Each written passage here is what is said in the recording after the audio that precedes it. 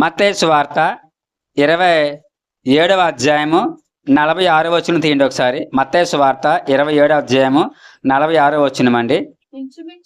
ఇంచుమించు 3 గంటలప్పుడు యేసు ఏలి ఏలి లామా సబాక్తాని అని బిగ్గరగా కేకవేసెను.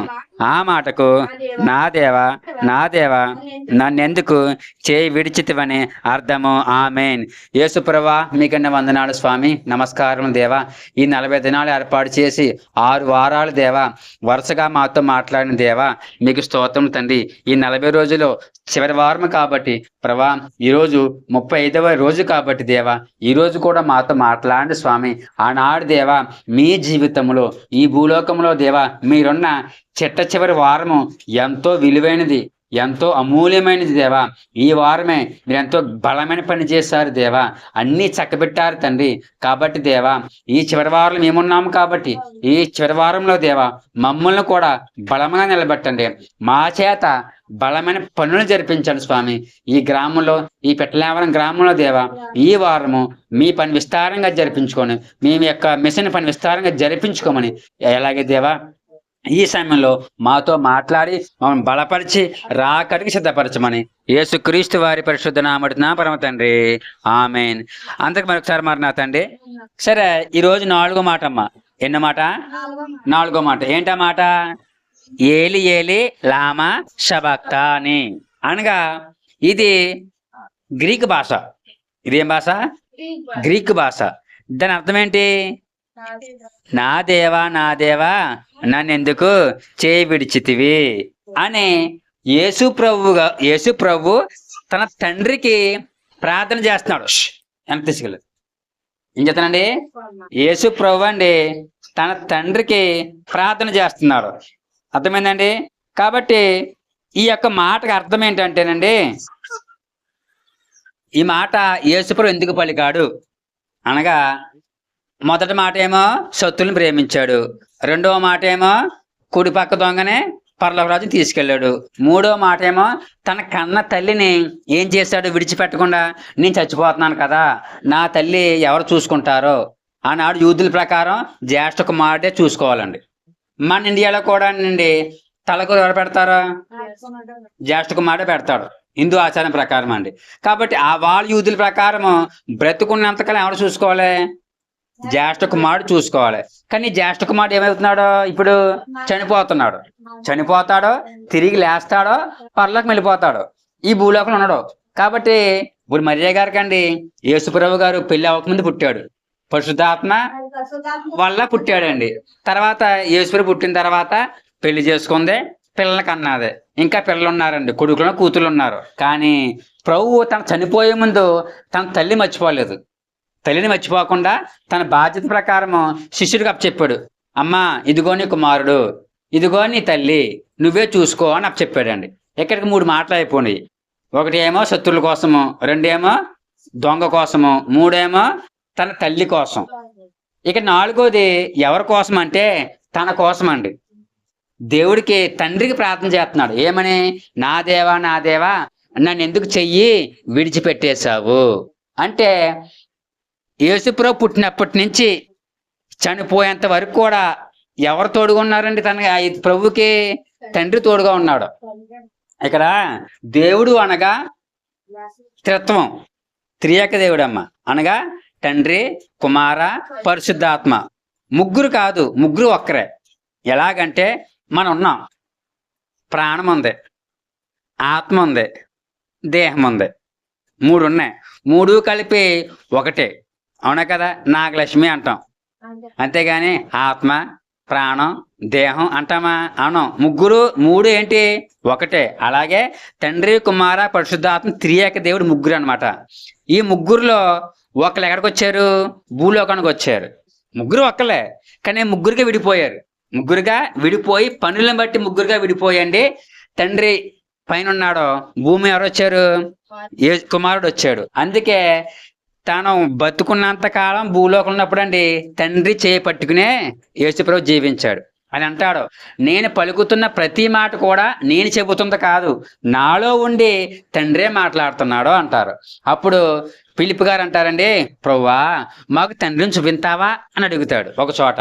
అప్పుడు అంటాడు, నన్ను చూస్తే తండ్రిని చూసినట్టే, నాలో తండ్రి, తండ్రి నాలో మిళితమైపోయారు. నేను వేరే, తండ్రి వేరే కాదు, మేమిద్దరం ఒకటే. కానీ పనులను బట్టి ఏం వేరండి, దైవత్వాన్ని పరలోకాన్ని విడిచిపెట్టి మనిషిగా భూలోకానికి వచ్చాడమ్మా. కాబట్టి ఇక్కడ తన కష్టం వచ్చింది. ఏమొచ్చింది? కష్టం వచ్చింది.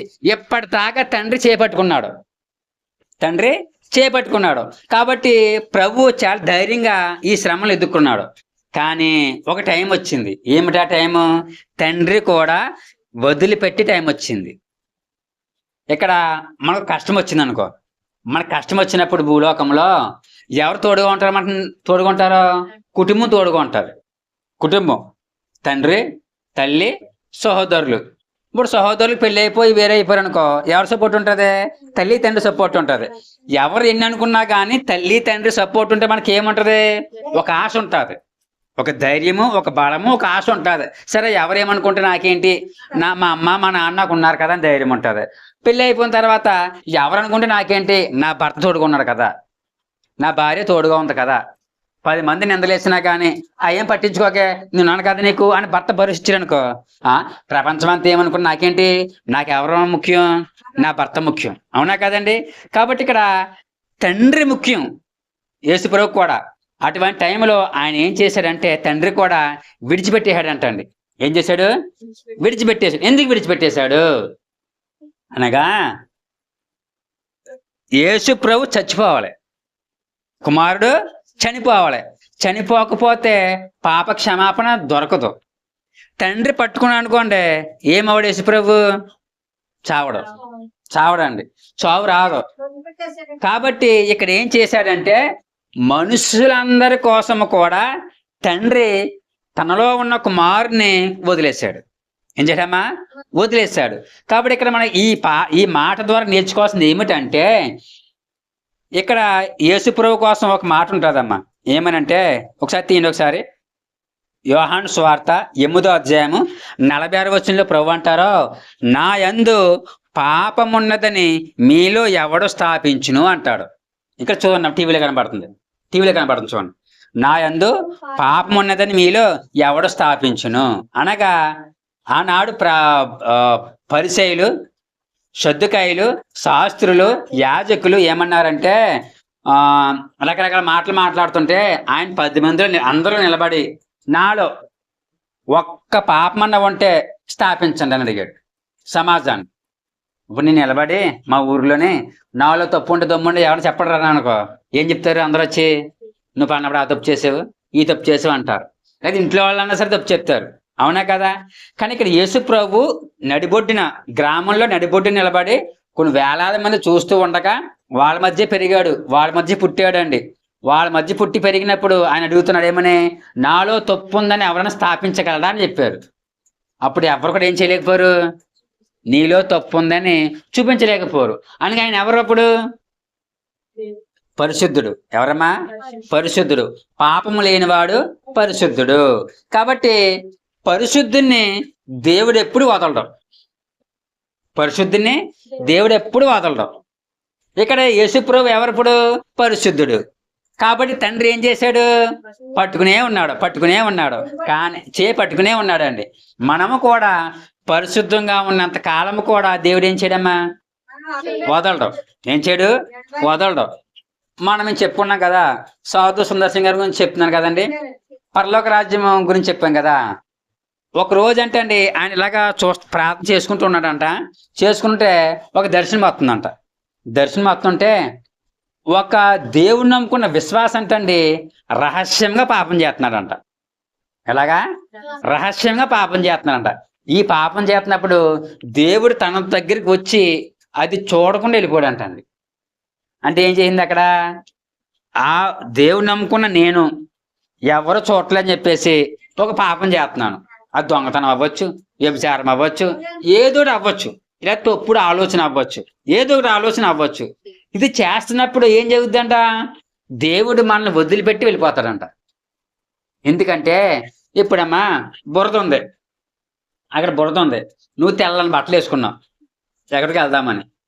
నువ్వు ఆ బురదలోకి తిరిగి వెళ్తావా? వెళ్ళవు కదా. ఎలాగెళ్తావు? బురదకి ఆమడ దూరం నడిచి వెళ్తావు. కనీసం దాని చినుకు కూడా నీ మీద పడినవ్వు. ఎందుకని? నువ్వు శుభ్రంగా శుద్ధి అయ్యావు, స్నానం చేసావు, మంచి బట్టలు కట్టుకున్నావు, ఆ మురికి నీ మీద పడకూడదని.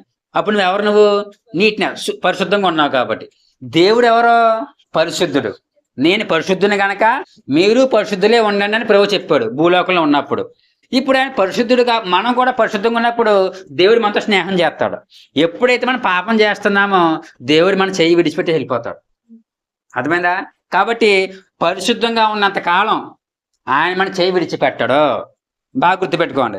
ఇక్కడ దేవదాసయ్య గారు ఒక మాట అన్నారు. ఏమిటంటే, కనబడుతుందా? ఎప్పుడు చెడుగు నీలోకి ఎగిరి వచ్చునో అప్పుడే నరక మార్గమందు అడుగు పెట్టిన వాడవగుదువు.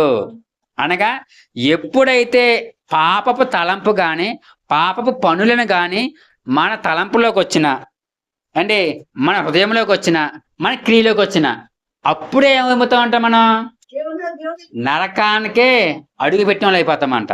నరకంలో అంటే మనం ఎప్పుడైతే పాపము అనే ఆలోచన, పాపపు తలంపు, పాపపు పని వచ్చిందో చేసామో వెంటనే ఎరగిలిపోతున్నామంటూ నరకములో అడుగు పెట్టండి అయిపోతామంట అండి. అనగా దేవుడి చెయ్యి విడిచిపెట్టడమే నరకము.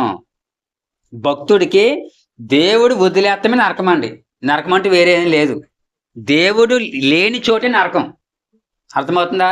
కాబట్టి ఇక్కడ యేసుప్రభు పరిశుద్ధుడు కాబట్టి తండ్రి పట్టుకునే ఉన్నాడు. పట్టుకుని ఉండగా ఇక్కడ మనం చూస్తేనండి, ఎందుకండి 2 కొరింథీయులకు రాసిన పత్రిక 5వ అధ్యాయము 21 ఏం చెప్తుందంటే, ఎందుకనగా మన మాయనందు దేవుని తగినట్లు పాపమెరుగని ఆయనను మన కోసము పాపముగా చేసెను. ఇక్కడ పాఠం అండి. దేవుడి పరిశుద్ధుడు. వినాలండి, దేవుడి పరిశుద్ధుడు అంటే యేసు ప్రభు పరిశుద్ధుడు కాబట్టి తండ్రి ఏం చేశాడు? చేపట్టుకునే ఉన్నాడు. ఎప్పుడు దాకా ఉన్నాడు? సిలువ మీద రామారామే 3 గంటల దాకా, అనగా మరికొద్ది క్షణాలు చచ్చిపోతాడు అన్నంత వరకు కూడా తండ్రి ఏం చేశాడు? చేపట్టుకున్నాడు. ఇప్పుడు ఏం చేశాడంట?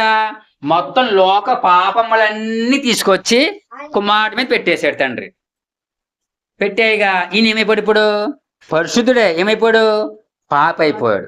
ఇక్కడ ఏం రాస్తుంది? ఇక్కడ పాప మెరుగని ఆయనను మన కోసము పాపముగా చేసెను.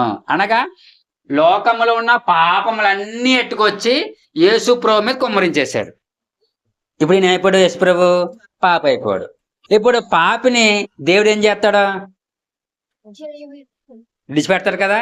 కాబట్టి తండ్రి ఏం చేశాడంటే పాపి అయిన తన కుమారుని వదిలేశాడు, చెయ్యి వదిలేశాడు. చెయ్యి వదిలిన వెంటనే అప్పటిదాకా తండ్రి యొక్క బలముతో ఉన్నాడేమో, తండ్రి నా దేవా నా దేవా నన్ను ఎందుకు చెయ్యి విడిచిపెట్టేశావు అంటే అంత బాధ వచ్చేసిందండి. ఆ బరువు, ఆ శ్రమ, ఆ యొక్క బాధ ఆయన తట్టుకోలేక, చూడండి మనకు చిన్న దెబ్బ తగిలితే పెద్ద పెద్ద కేకలేసేస్తాం. ఎందుకు? మన బాధనే చూపించడం. మన బాధనే చూడండి, పెద్ద పెద్ద కేకలేస్తే అమ్మ పరిగెత్తుకుండా వచ్చేది. ఏమైంది ఏమైంది ఏమైంది అంట. ఏముంది? పడిపోయినమ్మా, అది బొద్దింకమ్మా, భయం వేసిందమ్మా అంట. అంటే మన బాధన అవ్వచ్చు, మన భయం అవ్వచ్చు, మనం చూపించుకునే విధానం ఏంటి? పెద్ద పెద్ద కేకలేయడమే. అలాగా తండ్రిని ప్రభు ఏమంటున్నారు? నా దేవా నా దేవా నన్ను ఎందుకు చేయి విడిచితివి అనగా అంత భారం అంట పాపం. ఈ భూ ప్రపంచంలోనండి ఇసుక భారం, ఇసుక కన్నా ఇసుక బరువు, ఇసుక కన్నా రాయి బరువు, రాయి కన్నా కొండ బరువు, కొండ కన్నా పర్వతం బరువు. కానీ పర్వతం కన్నా బరువైనది పాపము. కాబట్టి ఒక మనిషి చేసే పాపం అంత బరువు అయితే కోటాను కోట్ల మీద ప్రదర్శించే పాపం ఎంత బరువు అవుతుంది? అంత పాపాన్ని అట్టుకొచ్చి దేవుడు తన మీద వేసుకున్నాడు. వేసుకున్న వెంటనే భారం ఎలా ఉంది? ఇప్పుడు చాలా భయంకరంగా ఉంది. ఈ భయంకరమైన స్థితిలో తండ్రి కూడా వదిలేసాడు చెయ్యాలి. అప్పుడు యేసు ప్రభు కేవలం మనిషిగా, ఆయన మనిషే, దైవత్వాన్ని పట్టుకుని ఉన్నాడు, దేవుడు తోడుకున్నాడు కాబట్టి కరెక్ట్గా ఇప్పుడు ఏమైపోయాడు? పూర్తిగా మనిషి అయిపోయి పాప అయిపోయి ఆ బాధను తట్టుకోలేక నా దేవా నేను ఎందుకు చేయి విడిచితివి అన్నాడు. అవునండి. అలాగే 1 పేతురు రాసిన పత్రికలో కూడా మాట ఉంటుంది. మొదటి పేతురు 2:24 మనము పాపముల విషయమే చనిపోయి నీతి విషయమే జీవించినట్లు ఆయన తానే తన శరీరమందు మన పాపములను మ్రాను మీద మోసుకొనెను. ఏంటండి? పాప విషయమే చనిపోయి నీతి విషయమే జీవించాలని తానే తన శరీరమందు మన పాపములను మ్రాను మీద మోసుకొనెను. కాబట్టి ఈ 4వ మాట ద్వారా మనందరూ నేర్చుకోవాల్సింది ఏమిటంటేనండి, మనం పాపం చేయకూడదు. ఏం చేయకూడదమ్మా? పాపం చేయకూడదు. పాపం చేస్తే దేవుడు ఏం చేస్తాడంటే దూరం అయిపోతాడు. ఏమవుతాడు? దూరం అయిపోతాడు. అప్పటి వరకు ఆదమ్మ గారు తీసుకోండి అమ్మా. దేవుడు మొట్టమొదటిసారిగా ఆదికాండం 1వ అధ్యాయంలో ఉంటుంది. ఏమంటుందంటే ఈ సృష్టి అంతా ఎన్ని రోజులు చేశాడంటే 6 రోజులు చేశాడు. 6 రోజులు. 6వ రోజున ఏం చేశాడంటే మనిషిని చేశాడు. ఎవరిని? ఆదమ్మ గారిని కూడా చేశాడు. అనగా ఇప్పుడు మీ ఊరికి, మీ ఇంటికి మీరు పెద్ద బిల్డింగ్ కట్టుకున్నారు. ఒక ఎమ్మెల్యేని కాకేసారు ఫర్ సపోజ్. ఎమ్మెల్యే గారు రాకముందు మీరు ఏం చేస్తారు? ఆయన కోసం సాల్వ్ తెస్తారు, కుర్చీలు వేసేస్తారు, అన్ని సిద్ధపాటు చేస్తారు. ఎవరు రాకముందు? రాకముందు. ఆయన వచ్చిన అన్నీ ఏం చేస్తారు మీరు? అవన్నీ శుభ్రంగా వేసి సన్మానం చేసి కూర్చోబెట్టి అన్ని రెడీ చేస్తారు. అంతేగాని ఆయన వచ్చిన తర్వాత టెంట్లు రప్పించి, కుర్చీలు రప్పించి, సాల్వా రప్పించి చేస్తారా? చేయరు కదా. అలాగే దేవుడు కూడానే మొట్టమొదటి రోజే మనిషిని చేసేసి, మనిషి నువ్వు నుంచో అని చెప్పి అన్నీ చేయలేదు. అంటే దేవుడు ఏం చేశాడంటే అన్నిటినీ కలగజేసిన తర్వాత రాజుగా పుట్టించాడు మనిషిని. అవునా కదా? ఎమ్మెల్యేగా రాకముందు ఏం చేస్తాం? అన్ని సర్దుతాం. ఎమ్మెల్యే ఎవరో? ఒక అధికారి. అవునా కదా? దేవుడు కూడా తన సృష్టిలోనే రాజుగా పుట్టించాడు. ఎవరిని? మనిషిని. అంటాడు, ఇదిగో ఈ భూమిని, ఈ భూమి మీద ఉన్న జంతువులను నువ్వు ఏలికవన్నాడు దేవుడు. ఏలికవ నువ్వు, రాజువి, నీకు ఏ అడ్డు అదుపోలేదు, నువ్వు హ్యాపీగా బతుకు అన్నాడు. తర్వాత పక్కలోంచి ఏం తీశాడు? ఎముక తీశాడు. అంటే ఒకనాడు దేవుడు అంటాడు, ఆదాము ఈ పక్షులకి, ఈ జంతువులకి పేర్లు పెట్టు అంటాడు. అవి ఎలాగుంటాయంట? ఒక ఆడదే, ఒక మగదే, ఒక ఆడదే, ఒక మగదే అనుకుంటాడంట మనసులోనే. అన్నింటికి తోడున్నాయి కానీ నాకే తోడలేదు అని ఒక ఆలోచన వచ్చిందంట. ఎవరికే? ఆదాము గారికి. అప్పుడు ప్రభు చూసి, ఓహో ఆదాముకు ఆలోచన వచ్చిందని గాఢ నిద్ర కలగజేసి ఆపరేషన్ చేశాడు. ఈ భూమి మీద మొట్టమొదటి ఆపరేషన్ చేసింది ఎవరంటే దేవుడే. దేవుడు ఆపరేషన్ చేశాడు. జస్ట్ ఇలా పక్క నుంచి ఎముక తీసి దాన్ని మాంసంతో పూడి చేసి ఈ యొక్క ఎముకను ఒక స్త్రీ కింద తయారు చేశాడు. అప్పుడు ఇది ఎవరో తెలుసా అని అడుగుతాడు దేవుడు. నాలోంచి వచ్చింది కాబట్టి నారి అనబడును. నారి నారి నారి అని అర్థం ఏంటి? స్త్రీ అని అర్థం. కాబట్టి ఆ అమ్మని పేరు పెట్టారు. వీళ్ళిద్దరు సంతోషంగా ఉన్నారు. ప్రతిరోజు దేవుడు రావడం, ముచ్చటించడం. చూడండి, సాయంకాలం అయినప్పుడు చిన్నపిల్లలు వస్తూ ఉంటారు ఇంటికి. మీ పక్కన పిల్లలు అనుకోండి, మీరు ఇంటికి వచ్చిన వెంటనే ఎవరు వస్తారు? పిల్లలు వస్తారు. వాళ్ళతో మనం ఏం చేస్తాం? సరదాగా ఆడుకుంటాం, మాట్లాడుకుంటాం. ఒక సంతోషం అది. అలా దేవుడు ప్రతిరోజు కూడా వచ్చేవాడంట. ఎవరి కోసం? తన పిల్లల కోసం. వాళ్ళతో ముచ్చటిస్తే ఆనందంగా ఉండేవాడంట. ఒకరోజు ఏం జరిగిందంటే దేవుడు అంటాడు, మీరు అన్నీ తినొచ్చు కానీ ఈ ఒక్క చెట్టు యొక్క పండు తినకూడదు అంటాడు. టెస్ట్ అనమాట, అది పరీక్ష. ఆ పండులో లేదు, అందుకనే ఆ పండులో ఏమీ లేదు, పరీక్ష అంతే. అంటే వీళ్ళు నా మాట వింటారా వినరా అని ఒక చిన్న టెస్ట్ పెట్టాడు. వెంటనే సైతాన్ వస్తుంది, అది తింటే ఏమవుతుందో నువ్వు దేవుళ్ళు అయిపోతారని చెప్తుంది. అవ్వమ్మ ఏం చేద్దంటే చూసి తినేస్తుంది. తినేసి ఏం చేద్దే? భర్త కూడా ఇచ్చేద్ది. ఇద్దరు తిన్నాక మహిమను కోల్పోతారు. మహిమ కోల్పోయి ఏం చేశారు? పాపంలో పడిపోయారు. వెంటనే ఎప్పుడు పాపం పడిపోయారో దేవుడు దూరం అయిపోయారు. దేవుడు వచ్చాడు, అవ్వమ్మ ఎక్కడున్నాం? ఆదా ఎక్కడున్నాం అంటే, ఇంకెక్కడున్నామండి, దిగంబరులుగా ఉన్నామని చెడు చోకని దోకున్నామండి. అయ్యో నేను తినొద్దన్న పండు మీరు తినేశారా అంటే ఆజ్ఞను అతిక్రమించారు. తండ్రి మనకి అన్ని ఎత్తాడమ్మా, కుటుంబంలో అన్ని ఎత్తాడు. కానీ అంటాడు, అమ్మా నువ్వు వాళ్ళతో స్నేహం చేయొద్దు అంటాడు. అన్ని ఇచ్చాను నీకు, అన్ని సౌఖ్యాలు ఇచ్చాను నీకు, ఒక రాణిలో చూసుకుంటాను ఇంట్లో నేను. కానీ ఒకటి కండిషన్ ఎట్టాడు, ఏమని? వాళ్ళతో మాట్లాడొద్దు, వాళ్ళు తిరగొద్దు అన్నాడు. నువ్వు మీ నాన్నగారి మాట కాదని వాళ్ళతో మాట్లాడేవనుకో, నాన్నకి కోపం వస్తుంది, కోపం రాదా? తన మాటను ఏం చేసావు నువ్వు? అతిక్రమించావు. నీకు అన్నీ ఇచ్చాడు, ఒకటి కోరాడు, అది నువ్వు తప్పేశావు. తండ్రికి ఏం కలుగుతుంది? బాధ కలుగుతుంది. ఇంకేం కలుగుతుంది? కోపం వస్తుంది. దేవుడికి అదే వచ్చింది. నేను తినొద్దన్న పండు మీరు తినేశారా, అదే పాపం అయిపోయింది. ఆ పాపం ఇప్పటికేం చేస్తుంది? మనుషులను ఏళ్తుందండి. ఏం చేస్తుంది? ఏళ్తుంది. కాబట్టి చావు లేకుండా పుట్టించాడు మనిషిని.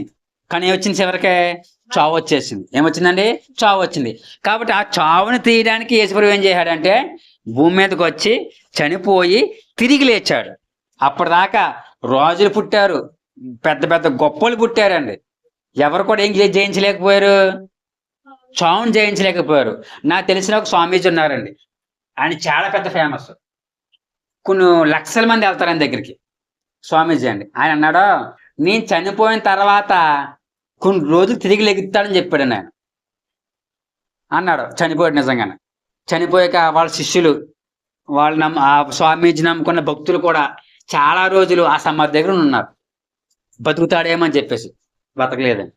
చివరికి ఇంకా స్వామి చెప్పింది అవ్వలేదని చెప్పేసి వాళ్ళంతా తిరిగి వెళ్ళిపోయారు. అంటే కొన్ని నెలల కూడా చూసారండి వాళ్ళు. ఆయన చెప్పింది వారం 10 రోజులు తిరిగి లేదని చెప్పాడు, కానీ అవ్వలేదండి అది. కానీ చావును జయించిన వాడు ఏకైక దేవుడు ఎవరంటే యేసు ప్రభువేనండి. 3 రోజుల తర్వాత తిరిగి లెగుతాడని చెప్పాడు, తిరిగి లేచాడు. చెప్పండి. అవునండి, అవును, అవునండి, అవును,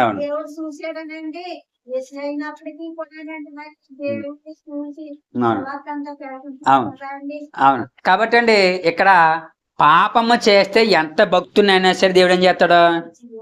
వదిలేస్తాడండి. మనం ఏం చేయకూడదు? ఇక్కడ పాపం చేయకూడదు. ప్రతి మనిషిలో కూడా ఏ తప్పు ఉంటుందండి. ఈ తప్పు ఉన్నప్పుడు మనం ఏం చేయాలంటే దేవుడి దగ్గరికి వచ్చి క్షమాపణ పొందుకొని వదిలేయాలి. ఏం చేయాలి? వదిలేయాలి. వదిలేసిన నాడు తండ్రి కూడా క్షమించాడు. తప్పు చేసినప్పుడు దేవుడు తండ్రి కోపం వస్తుంది, కొడతాడో తిడతాడో బయటికి పో అంటాడు.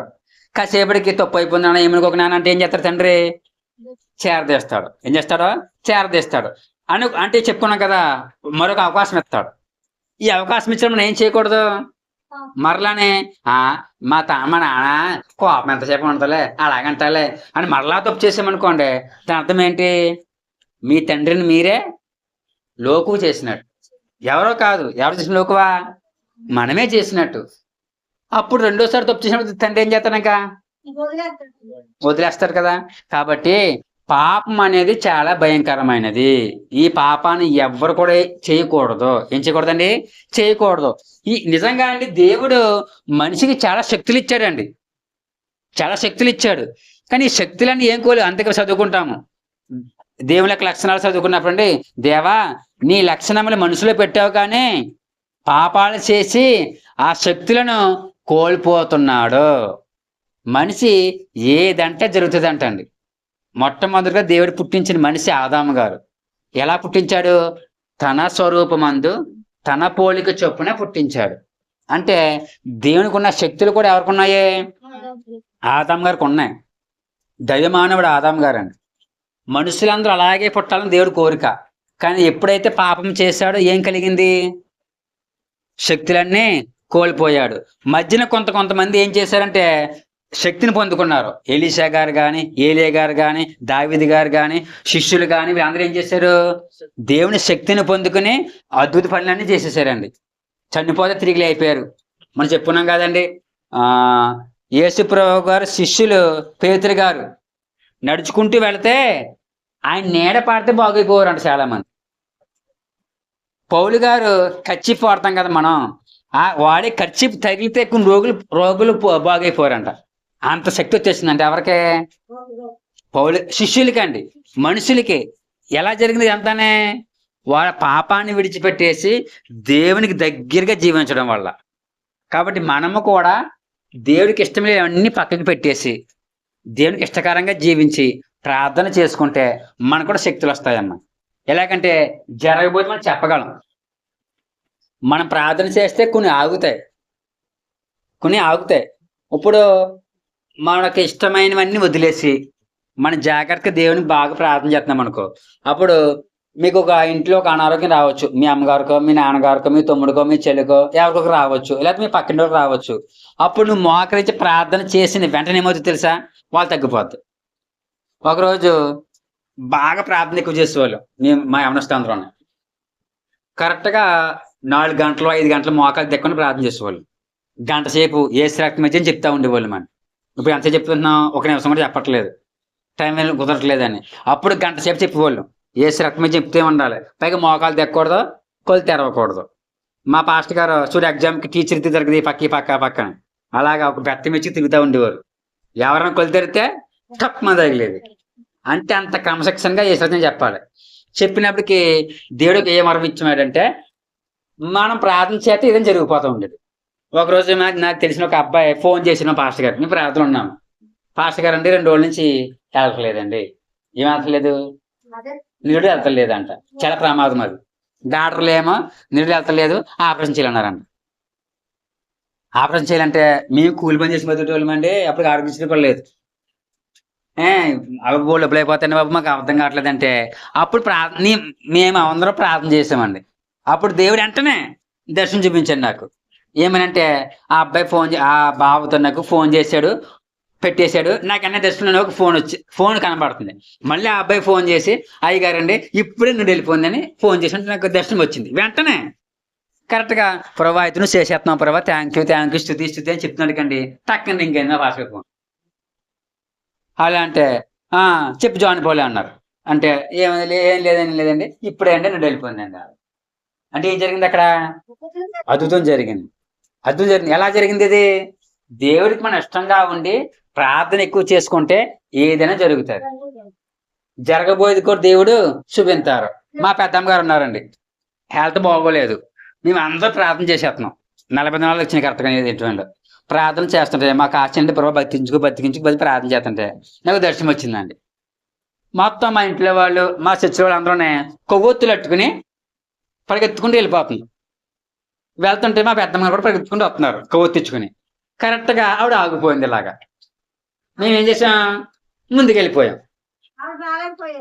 ఆవిడ ఆగిపోయింది, మేమేం చేసాం? ముందుకెళ్ళిపోతున్నాం. నాకు ఈ దర్శనం వచ్చింది. ఇదేంటి మా పెద్దమ్మ ఆగిపోయింది ఏంటి అనుకున్నానండి. అంటే తన జీవితం అక్కడితో ఆగిపోయిందండి. దేవుడు చూపించారు, అబ్బాయి మీ ప్రార్థన చేస్తున్నారు కానీ మీ పెద్దమ్మ గారిని తీసేసుకుంటున్నానని చెప్పారు. దర్శనం చూపించారండి.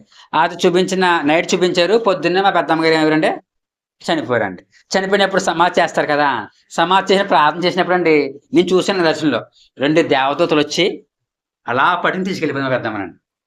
నేను స్వయంగా చూశానండి. అంటే మా పెద్దమ్మ గారి గురించి మనం ఏమనుకుంటాం? బ్రతకాలని ప్రార్థన చేస్తాం కొంతమంది కోసం అండి. కొంతమంది బతుకుతారు అంటే మరణం ఇంకా రాలేదు వాళ్ళకి, కానీ అపాయం వచ్చింది. మనం చేసే ప్రార్థన వల్ల కీడు తప్పుతుంది, దేవుడు ఆయుష్కాలం ఎత్తారు. కానీ కొంతమంది ఎన్ని ప్రార్థన చేసినా బతకరండి. అంటే అర్థం ఏంటి? వాళ్ళ జీవితం అక్కడితో ఆగిపోయింది. కాబట్టి వాళ్ళని ఎవరు తీసుకెళ్ళిపోతారు? దేవుడు తీసుకెళ్ళిపోతారు. ఇవన్నీ మనకు తెలుస్తాయి, కనపడతాయి. దేవుడు అంట తన బిడ్డకి ఏది చెప్పకుండా చేయడంటండి. ఏది చెప్పకుండా చేయడు. చివరికి మన ఇంట్లో అపాయం వచ్చినా కానీ దేవుడు మనకు చూపించాడు. మనం చెప్పాను కదండి, మీరు రాలేదు. ఇప్పుడు ఏ దేశాలు జరుగుతున్నాయి యుద్ధాలు? ఇజ్రాయెల్కి, అమెరికాకి, ఇరాన్ కదా. ఇరాన్కి యుద్ధం జరుగుతుంది కదా. మా ఫ్రెండ్కి 2021 సంవత్సరంలో దేవుడు చూపించాడంట. నువ్వు నమ్ముతావమ్మా? 2021 సంవత్సరంలో దేవుడు చూపించాడంట ఇరాన్కి, ఇజ్రాయెల్కి, అమెరికాకి యుద్ధం జరుగుతుందని. ఆ అబ్బాయి మనం చెప్పుకున్నాం కదా, మీకు దేవుడు ఏం చెప్పినా కానీ మనం రాసుకోవాలని చెప్పాను. మీరు ఉన్నారో లేదా అప్పుడు నువ్వు తెలియదు కానీ లేరు కదా. దేవుడు మనకి ఏం చూపించినా కానీ రాసుకోవాలి. ఆ అబ్బాయికి అలవాటు ఏంటంటే వచ్చి ప్రతి దర్శనం కూడా రాస్తాడు. ఆ అబ్బాయి అప్పుడు రాసి డేట్ వేసి టైం కూడా వేసాడు. తనకు అలవాటు. నేను కూడా రాసేవాడిని. నాకేం దర్శనం వచ్చినా స్వప్నం వచ్చినా కానీ ఆ రోజు డేటు, ఆ రోజు టైం కూడా వేసేవాడిని అండి. అలవాటు. కాబట్టి ఆ అబ్బాయి టైం వేసిన తర్వాత మొన్న స్టేటస్ పెట్టాడు. అది మొన్న స్టేటస్ పెట్టాడు నాకు. ఏమని అంటే అందరికీ తెలుసు కదా స్టేటస్ అంటే, అందరికీ స్టేటస్ పెట్టాడు. నాకు ఎప్పుడు చూపించాడు దేవుడు? 2021లో చూపించాడు. ఎలా జరిగింది చెప్పండి సార్? ఇది ఒక మనిషికి సాధ్యమా? కానీ ఎవరికి సాధ్యం? దేవునికి సాధ్యం. అంటే దేవుడు చెప్పకుండా ఏది చేయడు. అర్థమవుతుందండి? కరోనా ఉంది అమ్మా, కరోనా ఉంది, మొదటి విడత వచ్చింది తెలుసు కదా. వస్తే అందరు భయపడిపోరు, లాక్డౌన్ పెట్టేస్తే కరెక్ట్గానే నేను మధ్యాహ్నం ప్రార్థన చేసి పడుకుంటే కల్లోనే 2 వ్యక్తులు 3 వ్యక్తులు వచ్చారు మా ఇంటికి.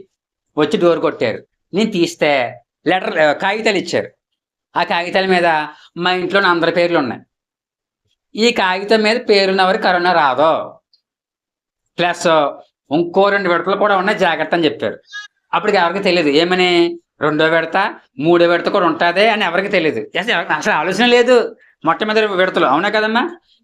కానీ దేవుడు ఏం చెప్పారు నాకు, ఇంకో 2 ఉన్నాయి కానీ పేర్లు ఉన్న వాళ్ళకి ఏం రాదు అని సీట్ ఇచ్చేయలేరు. నాకు ఇప్పుడు అర్థం కాలేదు.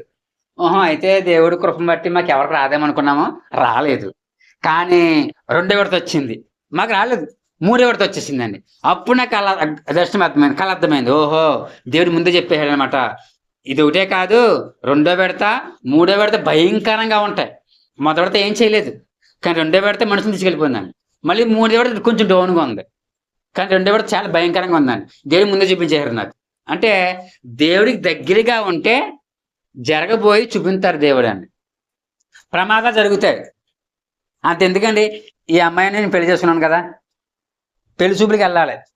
నేనేమో నాకు కోరిక ఏంటంటేనండి, ప్రభువా ఒక అమ్మాయి ఇంటికి వెళ్ళానంటే కాదు అని ఒక అమ్మాయిని నేను కాదు అని రాకూడదు. ఎందుకంటే ఏ విషయంలో కూడా అబ్బాయి అమ్మాయి సమానం, ఈక్వల్, నీ దృష్టిలో ఈక్వల్.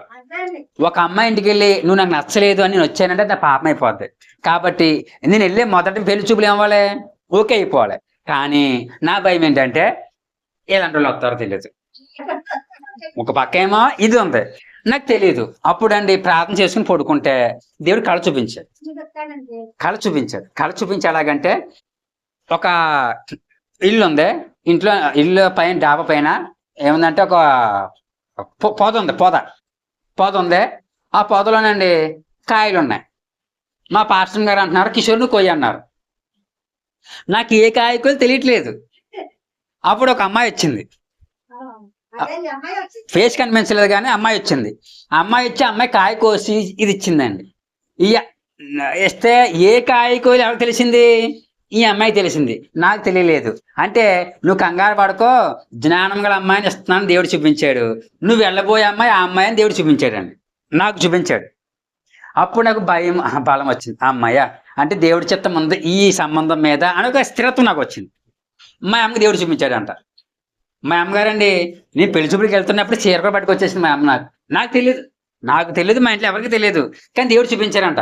ఏమని, ఈ అమ్మాయి పెళ్లి అయిపోవడం, ఈ అమ్మాయి అంటే తిరగడం అని చూపించారంట. అంటే దేవుడి చిత్తం ఉందని చెప్పేసి అండి చీర కూడా తెచ్చేసింది. అంటే పెళ్లి చూపులు జరిగినాయి. వెంటనే నిశ్చితార్థం కూడా పటికి బెల్లం పెట్టేసుకుని చీరలు మార్చేసుకుని అండి కూర్చోబెట్టేసి 10 మంది భోజనం చేసి లేచిపోయామండి. అదే నిశ్చితార్థం అండి. మా ఇంట్లో అందరూ అండి ముఖం మార్చేసుకున్నారు. అంటే మీరు ముందే చూసేసుకున్నారు, ముందే కుదిరి చేసుకున్నారు, అందుకే నువ్వు చీర తెచ్చేస్తావు అన్నారు. మా అమ్మేమో లేదండి బాబు ఏం చేశారు, దేవుడు చూపించాడు. మా బంధువులందరూ ఎవరో దేవుడు నమ్ముకోలేదు. వాళ్ళు నమ్ముతారా? ఎప్పటికీ అంటారు జయమాకు చెప్పకుండా చేసేసుకుంది. కానీ చెప్తున్నానండి, దేవుడు అండి నిజముగా మనం దేవుని నిలబడి ఆయనకి ఇష్టంగా జీవిస్తే ఏది కూడా చెప్పకుండా చేయడమ్మా.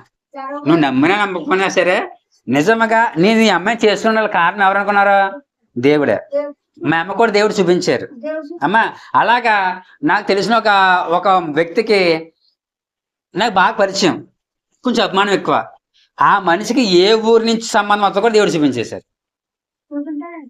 కరెక్ట్గా నేను వాళ్ళతో అన్నాను, మీకు ఇంచుమించి ఈ ఊరి నుంచి వస్తుందేమన్నా కరెక్ట్గా ఆ ఊరి నుంచి సంబంధం వచ్చింది.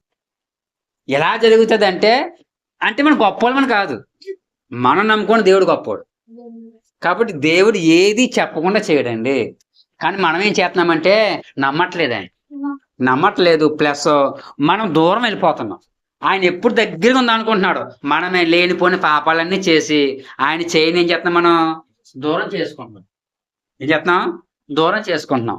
సాధు సుందర్ సింగ్ గారు తన పుస్తకం రాస్తూ ప్రభు పాద సన్నిధి అని పుస్తకం రాశారండి. చెప్పాను కదా, దేవుడే స్వయంగా ఆయన దగ్గరికి వస్తే ఆయన కొండ మీద కూర్చోబెట్టి ఆయన రాశాడనమాట అండి. ఆ పుస్తకం ఇక్కడ ఉందలే తెలియదు కానీ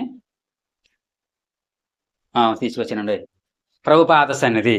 ఇంకోండి చూడండమ్మా, ఇదేంటి, ఈయన సాధు సుందర్ సింగ్ గారు. ఈయన అప్పుడు యేసుప్రభు గారు ఈయన కనపడితే ఆయన కొండ మీద రాయి మీద కూర్చోమని ఆయన పాదాలు కూర్చుని కొన్ని ప్రశ్నలు వేసారంట. ప్రశ్నలు వేస్తే అన్నిటికి యేసుప్రభు స్వయంగా చెప్పిన జవాబులు ఇందులో ఉంటాయండి. అప్పుడు యేసుప్రభు ఒక ఉపమానం చెప్తానే, ఒక తల్లి ఎత్తైన కొండ ఎక్కుతుందంటాను. ఎలాగా?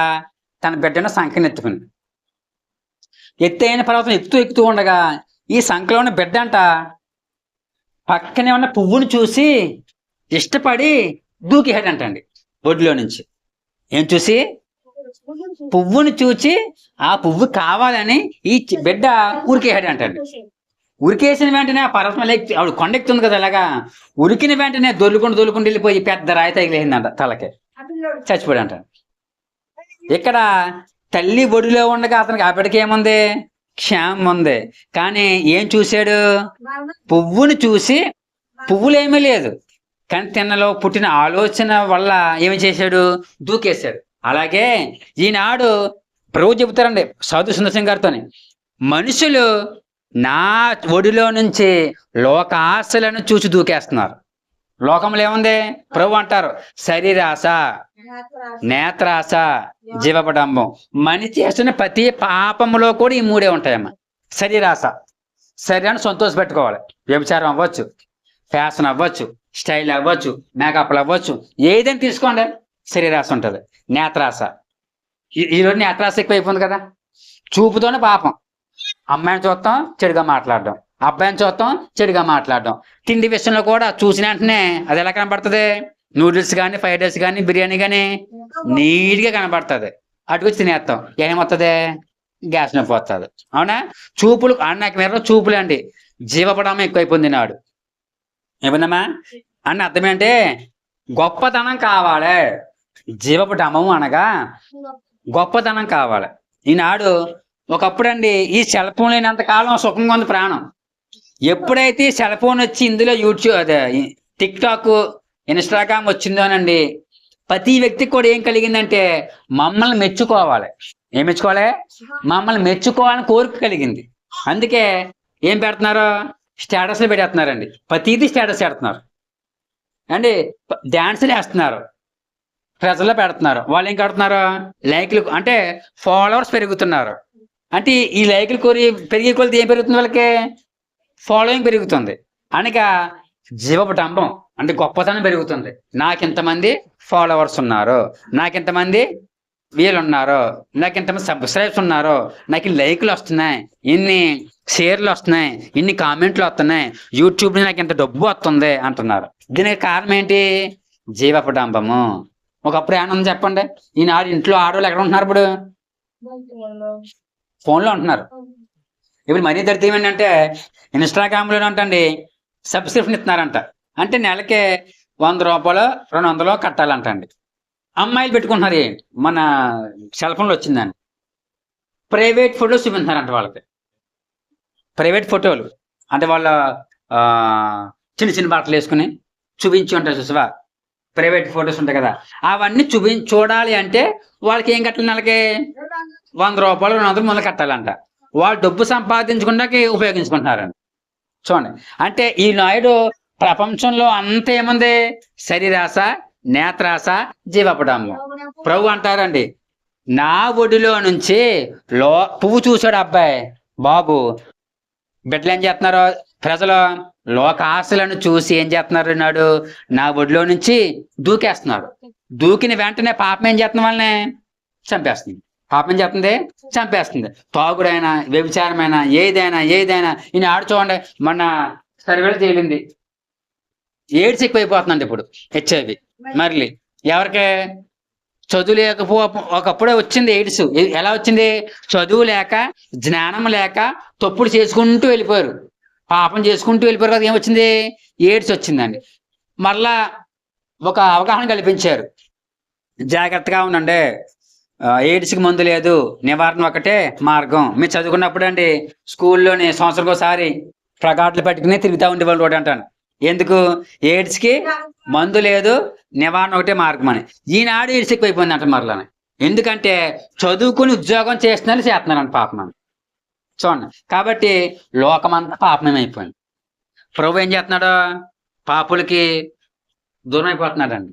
కానీ ఏ పాప అయినా సరే దేవుడి దగ్గరకు వచ్చి ప్రభా క్షమించు అని వెంటనే మరల వాళ్ళకి వచ్చేస్తాడండి. కాబట్టి నా దేవా నన్ను ఎందుకు చేయి విడిచితివి? ఆయన చెయ్యి ఎందుకు విడిచిపెట్టాడు అంటే మన పాపములు ఆయన మీద వేసుకుని తనకి ఇష్టమైన తండ్రికి కూడా దూరం అయిపోయాడు. ఎవరో? యేసు ప్రభు. కాబట్టి అండి పాపాన్ని విడిచిపెట్టండి, పాపానికి దూరంగా ఉండండి, టయాన్ని మీరు సద్వినియోగం చేసుకోండి. దేవుడి మహాకృప బట్టి మనకు 40 రోజులు ఇచ్చారు కాబట్టి ఇప్పటిదాకా జరుపుకున్నామని మనమండి. తర్వాత 40 రోజులు కూడా అయిపోతాయి. అయిపోయింది చెప్పేసి మనం ఏం చేయకూడదండి? పాపానికి దగ్గర అయిపోకూడదండి, దేవుడికి దగ్గర అవ్వాలి. అటువంటి భాగ్యం దేవుడు దయచేయను గాక. ఆమేన్. యేసు ప్రభువా, ఇంతవరకు మాతో మాట్లాడిన దేవా, విని వాక్యానుసారంగా జీవించే జీవితం అందరూ దయచేయమని యేసు క్రీస్తు వారి పరిశుద్ధ నామమున పరమ తండ్రి. ఆమేన్. అందరికి మరొకసారి మరి నా తండ్రి